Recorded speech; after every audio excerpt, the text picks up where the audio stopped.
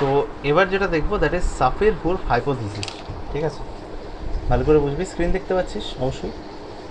হ্যাঁ, তো এটা পল কে অ্যান্ড উইলেট কেম্পটন 1984-এ লেখা। ঠিক আছে, মানে 1984-এর একটা থিওরি, একটা থিসিস। ঠিক আছে, সেটাই আমরা এখানে পড়বো। তো এখানে এদের স্টাডিটা আমাদের দরকার নেই। ঠিক আছে, আমাদের দরকার হচ্ছে সাফির-উরফের হাইপোথিসিসটা। এই পোর্শনটা আমার বেসিক্যালি দরকার এখান থেকে।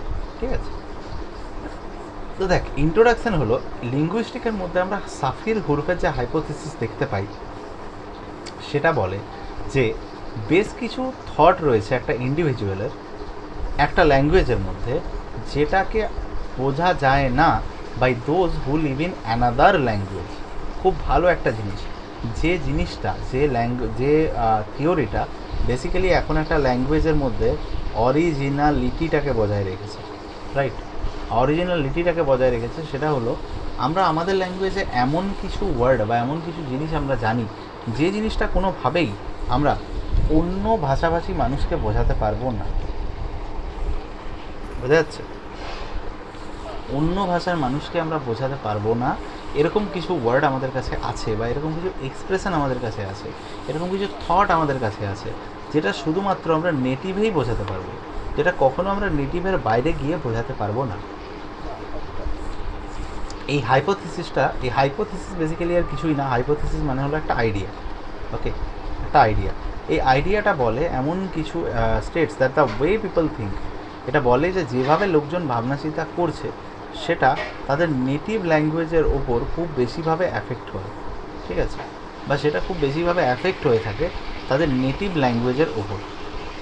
যেভাবে ভাবে সেটা তাদের নেটিভ ল্যাঙ্গুয়েজ, মানে সাপোজ আমার ল্যাঙ্গুয়েজ হচ্ছে বাংলা, নেটিভ ল্যাঙ্গুয়েজ, তো আমার বাংলার ওপর আমার ভাবনাটা খুব বেশিভাবে আধারিত থাকবে। ঠিক আছে, অন্য ল্যাঙ্গুয়েজের থেকে বাংলাটা আমার বেশিভাবে আধারিত থাকবে। এটা একটা কন্ট্রোভার্সিয়াল থিওরি, যেটা দুজনের দ্বারা জারি করা হয়েছিল।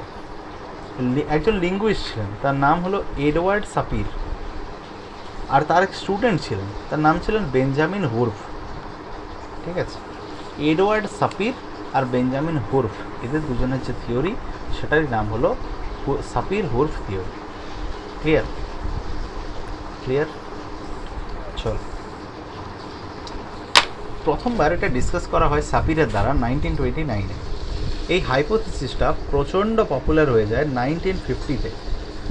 এখানে একটা পস্থুমাস পাবলিকেশন হয়, তার মানে এখানে প্রথমে হুরফ মারা যায়। ঠিক আছে, তো হুরফ যখন মারা যায়, অ্যাকচুয়ালি সাপির যখন মারা যায়, তখন হুরফের রাইটিংয়ে ওই সাবজেক্টটা নিয়ে কথা হয়। ঠিক আছে, এটা 1950-তে বেসিক্যালি ফার্স্ট টাইম দেখা যায়। তো এখানে বলা আছে যে যারা ফলোয়ার তারা এটাকে প্রচণ্ড পরিমাণে অ্যাটাক করে, এবং কোন ফলোয়ার? নোয়াম চমস্কি বলে একজন আছে, নোয়াম চমস্কি। ইনি বেসিক্যালি ল্যাঙ্গুয়েজের সম্বন্ধে অনেক কিছু থিওরি দিয়েছেন। ঠিক আছে, ল্যাঙ্গুয়েজের সম্বন্ধে অনেক থিওরি দিয়েছেন নোয়াম চমস্কি। তো এনার বেশ কিছু ফলোয়ার এই ফলোয়িং ডিকেডে গিয়ে আলটিমেটলি এখানে দেখা যায় যে হাইপোথিসিসটা এখন অনেকেই বিশ্বাস করে, বাট নোয়াম চমস্কির যে ফলোয়াররা তারা প্রচণ্ডভাবে এই জিনিসটা তখন বিরোধিতা করেছিল। ঠিক আছে, এখানে আমরা জানি যে থট যে জিনিসটা না, থট, এটার সাথে ল্যাঙ্গুয়েজের একটা যোগ আছে। কী বললাম? এটার সাথে ল্যাঙ্গুয়েজের একটা যোগ আছে বা কানেকশান আছে। তো এই যে থট আর ল্যাঙ্গুয়েজের মধ্যে যে কানেকশান, এই কানেকশানটা এখানে কাজ করছে, বা এই কানেকশানটাকে এখানে মনে করা হচ্ছে যে এটাই এখানে কী করে থট আর ল্যাঙ্গুয়েজের মধ্যে যে কানেকশানটা রয়েছে সেটাই এখানে কতটা রয়েছে তার উপর ডিপেন্ড করে যে তার মাথায় কী ভাবনাটা আসবে। ওকে, এডওয়ার্ড সাপির, ইনি প্রনাউন্সিয়েশন সাফপির। ঠিক আছে, সাফপির বলা হয়, সাপির নয়, সাফপির। আমেরিকান অ্যানথ্রোপোলজিস্ট, লিঙ্গুইস্ট, যিনি হলেন একজন লিডার ইন আমেরিকান স্ট্রাকচারাল লিঙ্গুইস্টিক্সে। ইনি অবশ্যই একটা ল্যাঙ্গুয়েজ এর অথার, যেটা হচ্ছে an introduction to the study of speech. Okay, এটার অথার ইনি। জার্মানিতে জন্ম। ফ্রাঞ্জ বোয়াস বলে একজন ছিল, তার ইনি পিউপেল বা শিষ্য বলা চলে। ঠিক আছে, আর বেঞ্জামিন হুরফের টিচার হিসেবে ইনি কাজ করেছেন। ঠিক আছে, আচ্ছা, বেঞ্জামিন লি হুরফ, ইনি এমআইটি থেকে, এমআইটি বলতে ম্যাসাচুসেটস ইনস্টিটিউট অফ টেকনোলজি, তাই তো? দুনিয়ার যতগুলো বড় বড় কলেজ আছে তার মধ্যে এটা একটা, এমআইটি।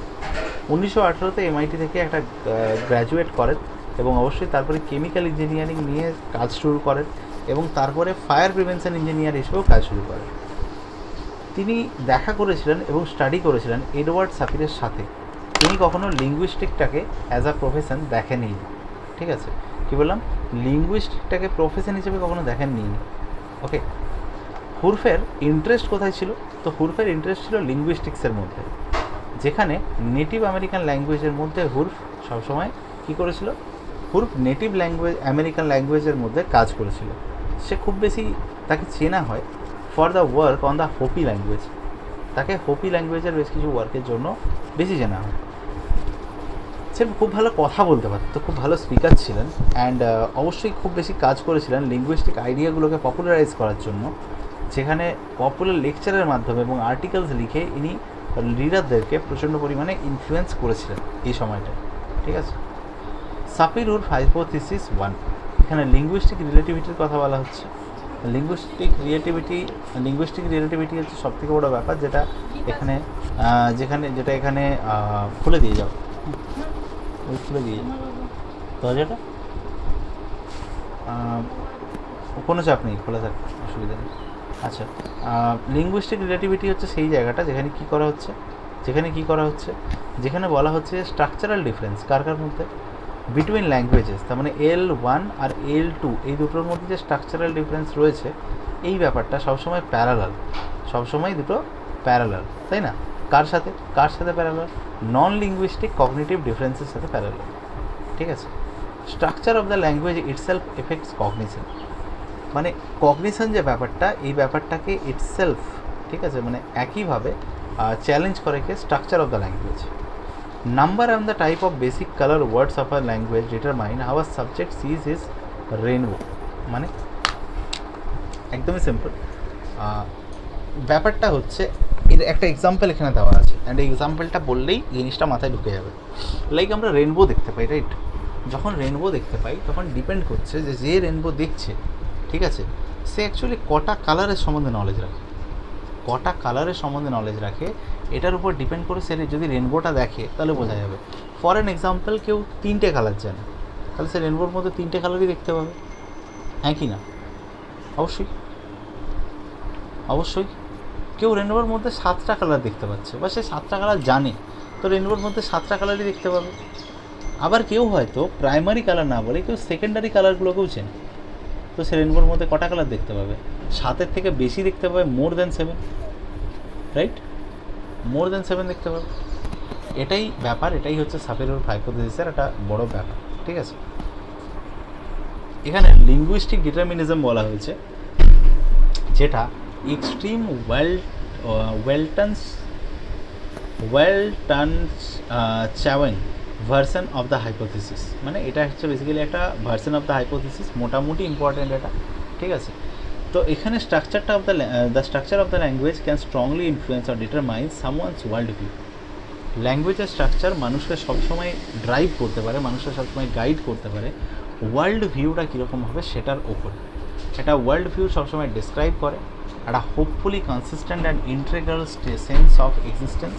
তো একটা ওয়ার্ল্ড ভিউ সবসময় গাইড করে বা সবসময় দেখে একটা কনসিস্টেন্ট এবং ইন্টিগ্রাল সেন্স অফ এক্সিস্টেন্স, এবং তাছাড়া একটা লিটারারি বা থিওরিটিক্যাল ফ্রেমওয়ার্ক এখানে দেখা যায় for generating, sustaining and applying knowledge. 3টে জিনিসের জন্য দেখা যায়, একটা জেনারেটিং, একটা সাস্টেনিং, একটা অ্যাপ্লাইং, 3টে জিনিস কি? নলেজ, তাই না?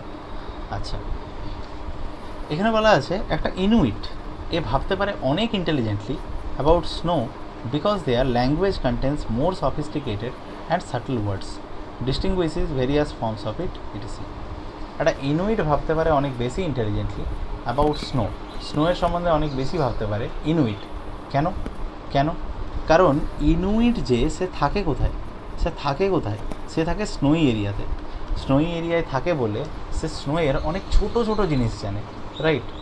অনেক ছোট জিনিস জানে, যেটা তুই জানিস না, যেটা আমি জানি না। একইভাবে আমরা যদি দেখি, তো একটা লোক যে হয়তো 4 হুইলারের সম্বন্ধে অনেক কিছু জানে, তার টেকনিক্যাল নলেজ রয়েছে, সে হয়তো অনেক বেশি জিনিস জানবে একটা সাধারণ মানুষের থেকে যার টেকনিক্যাল নলেজ নেই, রাইট? এখানে বলা হচ্ছে আরবিট্রারিনেস। আরবিট্রারিনেস মানে একপাক্ষিকতা, মানে বেসিক্যালি বলা হচ্ছে যে the semantic system of different languages vary without consistent. তার মানে ল্যাঙ্গুয়েজের যে সেম্যান্টিক ফিচারটা রয়েছে না, এই সেম্যান্টিক ফিচারটা এখানে ভ্যারি করে যায়, আলাদা হয়ে যায়। কিসে? উইদাউট কনস্ট্রেন্ট, মানে কনস্ট্রেন্ট ছাড়াই এই ব্যাপারটা কিন্তু আলাদা হতে পারে। Hypothesis must be practically assumed because otherwise the claim that linguistic relativity makes is rather undramatic. হাইপোথিসিসটাকে খুব ভালোভাবে অ্যাজিউম করা যেতে পারে, কারণ এটা যদি না হয় তাহলে লিঙ্গুইস্টিক রিলেটিভিটিটা একদমই আনড্রামাটিক হয়ে যাবে। এখানে এই স্পেকট্রামের যে ডিকম্পোজিশন রয়েছে, সেটা এই রেনবোর যে ডিকম্পোজিশন রয়েছে সেটা একটা ন্যাচারাল সিস্টেম অফ কালার ওয়ার্ডস, যেটা কিনা পসিবল।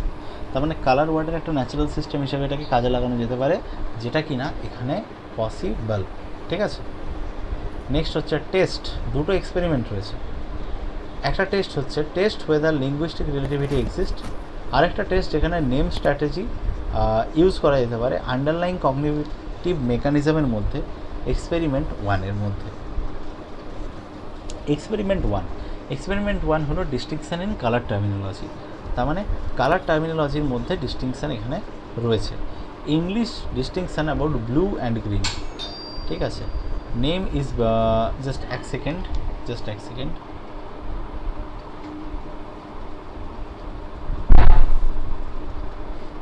ওকে, সো এখানে ডিস্টিংশন ইন কালার টার্মিনোলজি ব্যাপারটা হলো ব্লু আর গ্রিন, এই দুটোর মধ্যে এখানে ডিস্টিংশন বলা হয়েছে।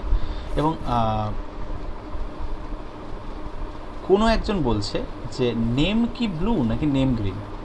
ঠিক আছে, ধর এই যে ব্লু আর গ্রিন, এই ব্লু আর গ্রিনের মধ্যে কারো আইডিয়া নেই, সে ভাবছে এটা কি নেম, এই দুটো জিনিস কি নাম? হ্যাঁ, এই দুটো নাম। কিসের নাম? কালারের নাম না? কিসের নাম? এই দুটো কালারের নাম। সাবজেক্টিভ ডিস্টেন্স বিটুইন কালার্স, এখানে ডিসক্রিমিনেশন ডিস্টেন্স। প্রথমত ডিসক্রিমিনেশন মানে যেটা real sense of psychological distance, তার মানে যেটা সাইকোলজিক্যাল ডিস্টেন্সের রিয়েল স্কেল হিসেবে কাজ করে, সেটাকে আমরা ডিসক্রিমিনেশন ডিস্টেন্স বলে চিনি, তাই না? যেখানে blue green lexical category boundary that wave length in which an equal mixture of green and blue is perceived.